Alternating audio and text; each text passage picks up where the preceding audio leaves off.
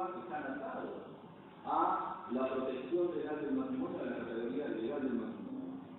Si a esos derechos les incluimos la variante vinculada a los hijos, uno puede, se amplía, que son derechos de los hijos de alimentos, derechos de visita de los hijos y viceversa, usufructo conjunto de los bienes, protección de su núcleo familiar. La lista de derechos que enuncio no es para nada taxativa, sino es solo un ejemplo de la cantidad de derechos que está en juego en la reforma de un artículo del Código Civil. O sea, no está en juego solamente que las personas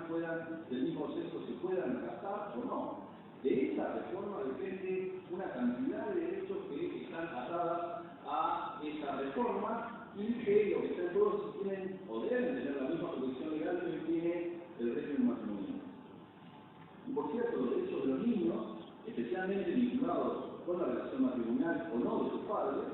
han sido arduamente debatidos cuando en conjunto se discutió la regulación del matrimonio. Se otorgó iguales derechos a hijos matrimoniales y extramatrimoniales. Y esto fue posible, y quiero remarcar esto, por un mandato expreso de la ratificación de tratados internacionales de derechos humanos,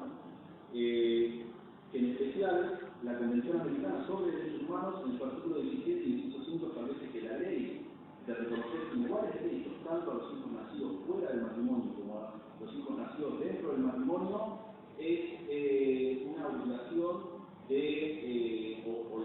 no cumplimiento, digamos, de esto viola la Convención Americana. Menciono esto para desarrollar ahora, en forma siguiente, cuál es el marco jurídico del Estado argentino y en ese sentido cuáles son las obligaciones del Estado argentino, fundamentalmente a partir de la reforma constitucional del año 1994, en su inciso 75, en su artículo 75, inciso 22, incorporó con jerarquía constitucional una cantidad importante de tratados internacionales no incorporados, incluidos en estos instrumentos internacionales, sino también en el diseño y la implementación de políticas públicas. Y en ese sentido enfatizo que las obligaciones del Estado a la hora de diseñar políticas públicas en temas relacionados con la protección de derechos humanos no es solo una obligación del Poder Judicial, sino fundamentalmente es una obligación del Congreso de la Nación. Y uno podría mencionar miles de ejemplos, como la reforma, por ejemplo, legal del año pasado que el Congreso sancionó eliminando los delitos de calumnia e injuria en aquellos casos en que están involucrados funcionarios públicos, ya que la regulación actual violaba el derecho a la libertad de expresión protegido por el Organismo Internacional de Derechos Humanos. Un ejemplo de estos hay muchísimos. Entonces, en ese sentido, reitero, uno puede tener posiciones psicologistas, posiciones valorativas, posiciones morales. Lo que está en juego acá es una cuestión jurídica y las obligaciones del Estado frente a una violación. La Corte, por otro lado, Suprema de Justicia, ha dicho antes de la reforma y después de la reforma que estos tratados internacionales deben ser interpretados en las condiciones de su vigencia, y estas condiciones de vigencia o de su vigencia significa que deben ser interpretados a la luz de lo que han dicho los mecanismos específicos que son los encargados de implementar estos tratados. En el caso de la Convención Interamericana, la Comisión Interamericana de Derechos Humanos y la Corte Interamericana de Derechos Humanos, en el caso de la Convención Internacional sobre Derechos Civiles y Políticos, que es el Comité, sobre Derechos Económicos Sociales, que es el Comité de Derechos Económicos Sociales, en fin, hay infinidad de mecanismos que son los encargados de interpretar estos tratados. Y esto hace entonces, la consecuencia de esta reforma, a eso no solo que se amplíe el alcance de protección de los derechos, sino que la jurisprudencia, la opinión de esos mecanismos que interpretan estos tratados, también es una guía para no solo aplicar judicialmente, sino para aplicar en el diseño de políticas públicas. Entonces, en el marco de esto, yo creo que este es el marco que debe servir para analizar y debe ser el eje para analizar esta reforma, esta propuesta de reforma. Desde allí es importante señalar, digamos, y desde ahí, como lo voy a desarrollar adelante, es claro que la regulación vigente del matrimonio actual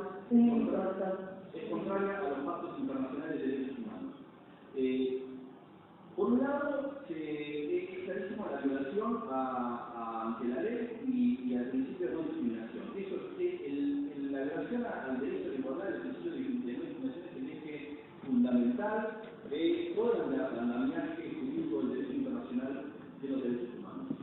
Corte Interamericana ha señalado que este principio de igualdad de la ley, igual protección a la ley y no discriminación debe considerarse una norma ius cogens, en cuanto es aplicable a todo el Estado, independientemente de que sea parte o no de un determinado tratado internacional, y genera efectos con respecto a terceros, inclusive particulares. A su vez, la Corte destacó que este principio carrea obligaciones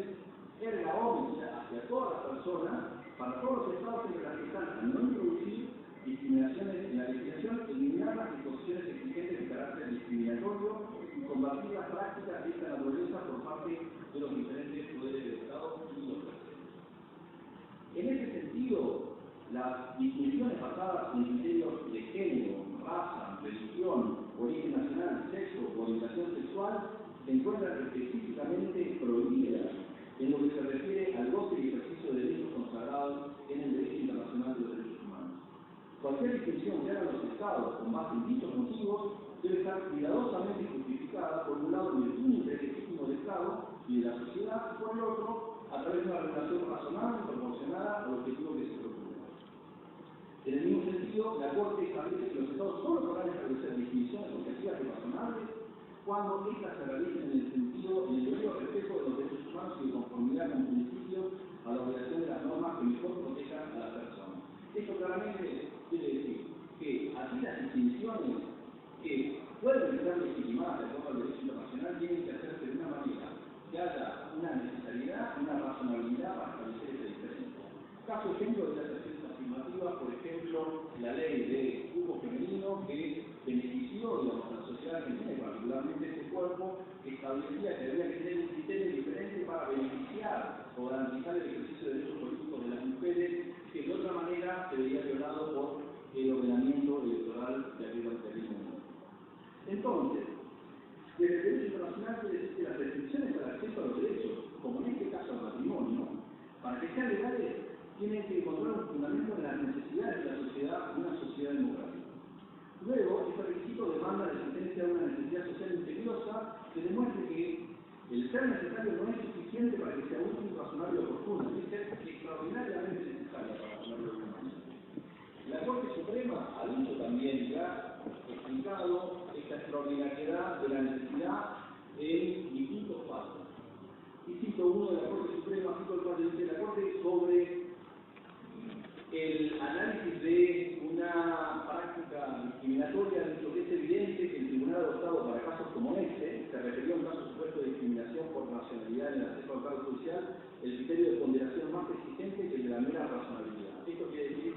que para tener una norma que realmente sea, que pueda discriminar de una manera favorable, tiene que ser extremadamente necesaria. Doctor, ¿puedo cambiar? Y nos deja el trabajo si es tan amable para... 2 minutos. Gracias. Desde el derecho internacional, digamos, además de las normas que yo he citado, se destaca la obligación general número 20 del Comité de Derechos Económicos, Sociales y Culturales, que expresa que cualquier otra condición social recogida, digamos, en el principio de no discriminación del artículo 2,2 incluye la orientación sexual. O sea, los Estados partes deben cerciorarse que las preferencias sexuales de las personas no constituyan un obstáculo para hacer realidad los derechos que reconoce el pacto. O sea, está claro, de acuerdo al ordenamiento del derecho internacional, que la orientación sexual es parte del mandato y de la prohibición expresa de no discriminación. Entonces, en este marco hay, digamos, una cuestión fundamental en el derecho internacional que una vez que se identifica una violación a los derechos, los Estados tienen la obligación de adoptar medidas de acuerdo al artículo 2, por ejemplo, de la Convención Americana, para reparar este derecho. En ese sentido, en la Argentina ya hay varios casos en los cuales el Poder Judicial ha empezado a reparar este derecho, identificada la violación que es la discriminación. Ahora es fundamental que sea este Senado el que sea el principal responsable. Y solo para concluir, digamos, a manera de conclusión, es claro que la exclusión de las parejas homosexuales del matrimonio genera consecuencias jurídicas.